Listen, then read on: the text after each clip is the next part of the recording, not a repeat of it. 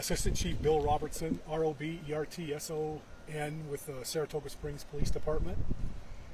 Today, shortly after 10 a.m., we received a call from this residence located behind me from a 17-year-old female who lives at the residence, stating that she had just seen two individuals who were unresponsive and covered with blood. And so officers responded here, and along with medical, we have detectives at the hospital with the other victim. So right now, I don't have a lot to update you with. That's about where we're at. We're going to be here for several more hours.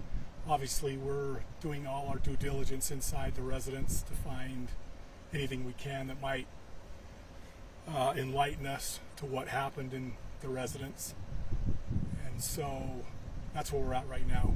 I can take a couple questions if anybody has any. Chief, Yeah. the 17-year-old, is this daughter calling about mom and brother who she found? Yeah, I believe it's mom and a stepbrother. Chief, you mentioned you doing interviews of the locations. Are you able to give any insight as to what these other locations are? It's a couple of the interviews are taking place at our police department, and obviously our forensics unit, and again Utah County Sheriff's Office are assisting us with the forensics. We're appreciative of that. But again, we're just trying to piece together with what little information we have right now, and kind of move down the road. Are you able to give an insight into the nature of the injuries, or is there any indication that they were caused by someone who's not here anymore? You know what? We don't know who they were caused by. We're keeping all those avenues open, and I'm not really at will right now to tell you what the cause of the injuries are. Investigation's too early on, and don't want to. Are you looking for a suspect?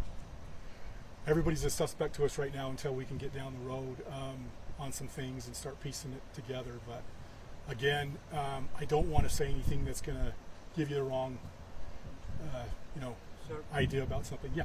How many people were inside at the moment of the incident? When the phone call came in, we had we had four individuals, the deceased, the victim that's in critical condition, and a 17-year-old and a 15-year-old teenagers that were unharmed. What was the status of the 15-year-old? Was the 15-year-old with the 17-year-old making that call? She made the call on her own. She's the one that located her mom and stepbrother. The 15-year-old was just in his room when we came in. So. Have the teenagers been home for a while, or did they just return? I'm not positive what time they got home. As far as we know, they had been in the house and just woke up here. Was it being treated as a homicide? It's a death investigation for sure. How are they doing? I mean, after something like this, do they have family that's taking care of them? They do have some family. There was a previous marriage, and that father is with the 17 and 15-year-old. So they do have a support system right now with them. Is there any danger to the public right now? Pretty great community out here. Anyone to be worried about anything with them, Chief? We're not concerned about any danger to the community right now. If that changes, we would definitely give an update. Again, we're so early on in this and processing things that if we do come across some information that leads us down another direction where we might have somebody outstanding and we know for sure they're a threat, we'll get that information out to everybody. Does the 8-year-old boy's father live in the home? No, Do you know but he has been notified. Do you know the positioning of where the victims, where the 8-year-old was, where the sister, where was it? Yeah, I'm not willing to release that right now. Don't want to hamper the investigation anyway. Newer, homes, a lot of cameras in the area, I would think. I mean, is there kind of a wider effort to be able to gather much from around the neighborhood? Yeah, we're working on all that stuff.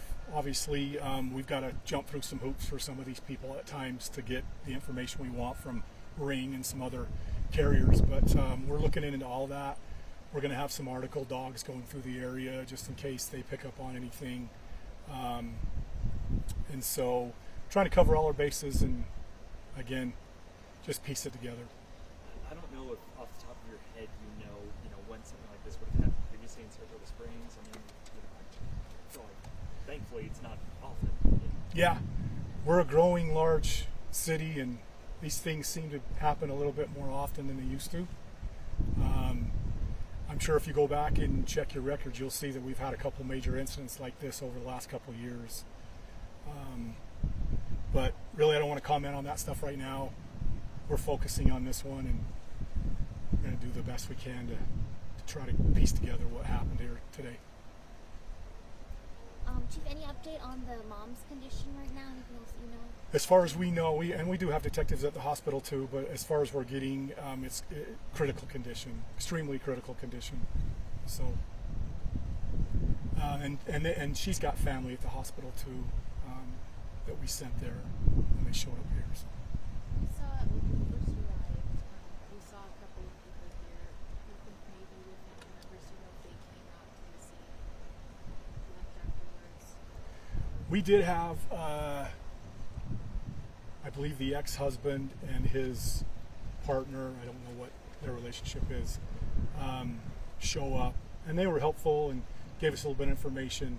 They were concerned about, it was the father of the 15 and 17-year-old, and so obviously they were concerned.